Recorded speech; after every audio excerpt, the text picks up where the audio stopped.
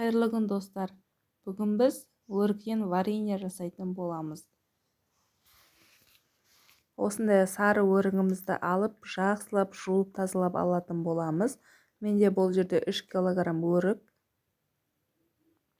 Өрігімізді жақсылап жуып болғаннан кейін ыдысымызға салып, осылай сүйегінен ажыратып алатын боламыз.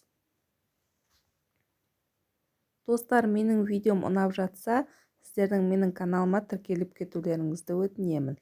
Менің каналымның дамуына өз үлесіңізді қоса кетіңіз. Осылай барлығын сүйегінен жақсылап ажыратып алатын боламыз.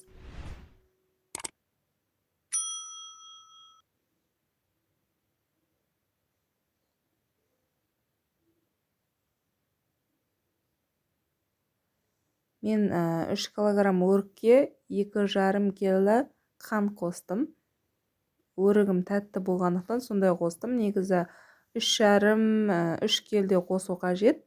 Мен 2,5 келі қостым. Дәмі өте күшті болып шықты.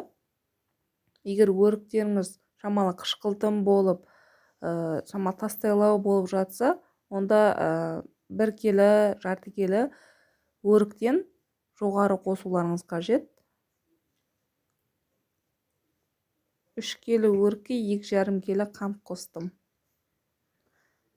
Осылай барлық жеріне осылай салып шығамыз. Қантымызды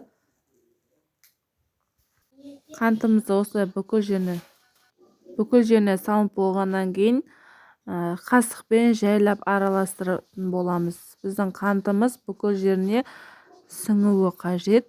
Мен осылай араластырып, бір түнге қойып қойдым. 5-6 сағат көлемінде қоюға болады. Қантымыз ерігенше қойып қоямыз. Бетін жауып, бір түнге қойып қойдым. Бір түн өткеннен кейін газымызге қоямыз.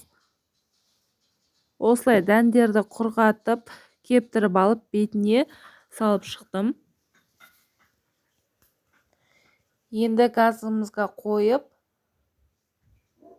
қайнағанша жайлап араластырамыз.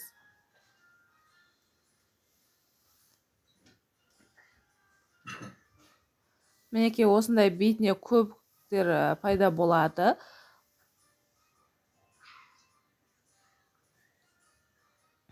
Көбіктерін алып, бір 5 минутта қайнатып алатын боламыз.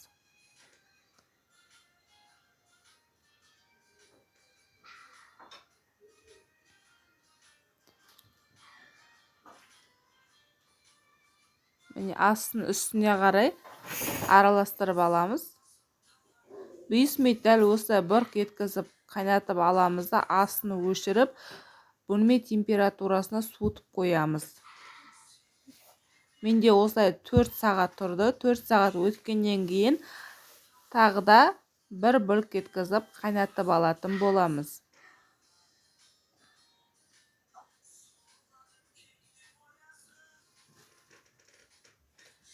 Вареньемізді құятын ыдысымызды алдын ала стерилизовать етіп аламыз. Мен 2 литрлік 2 банкіге құйып шықтым. Осылай 5 минут көлемінде бір бұрқ еткізіп қайнатып, астын өшіріп қоямыз. Біздің вареньеміз дайын болып қалды.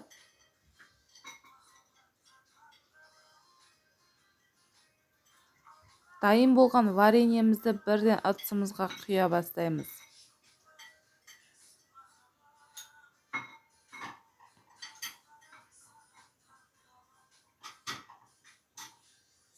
Достар, менің видеом ұнап жатса, сіздерден лайк, комментарий күтемін.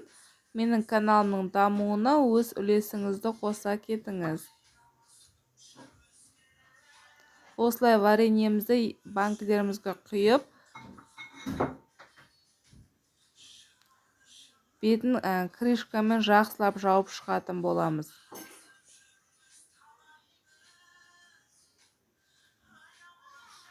Вареньелерді осылай құйып шықтым. Видеода барлығы анық көрсетілген деп ойлаймын. Құрамына керек қанттың барлығын қазір описанияға жазып қалдыратын боламын.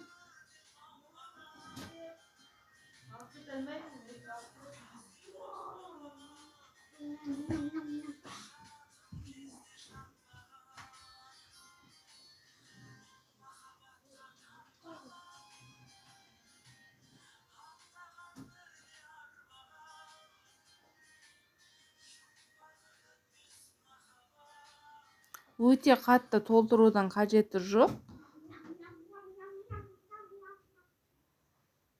Мінекей біздің вареньелеріміз дайын.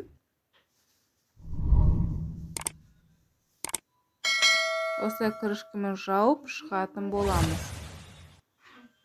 Назарларыңызға рахмет. Сіздермен болған Баян. Ас болсын.